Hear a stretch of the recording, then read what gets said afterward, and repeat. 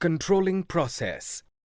Controlling is such an inevitable function of an organization where it ensures the quality and performance.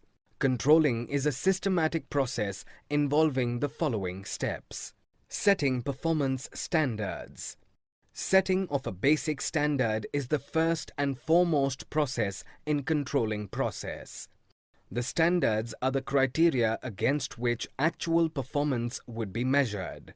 Thus, standards serve as benchmarks towards which an organization strives to work.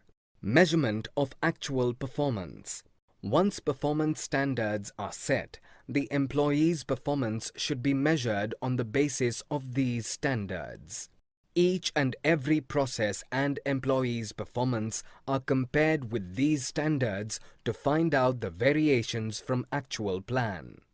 Comparison of performance. Here, the actual performance will be compared with the set standards. Such comparison will reveal the deviation between actual and desired results. The comparison will help the organization to understand everything is on the track or not. It is very important to find out the deviations before the task is getting completed. Analyzing deviations. Some deviation in performance can be expected in all activities. Deviations are the difference between actual performance and set standard.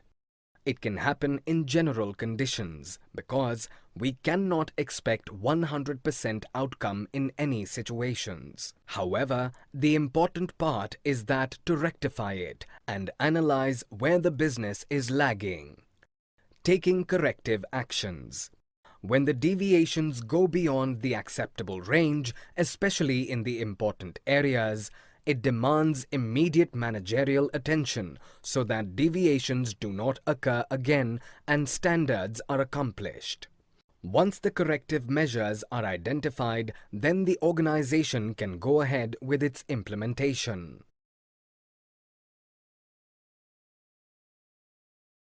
For more such videos on all subjects, practice questions and a lot more, download iPrep and learn unlimited.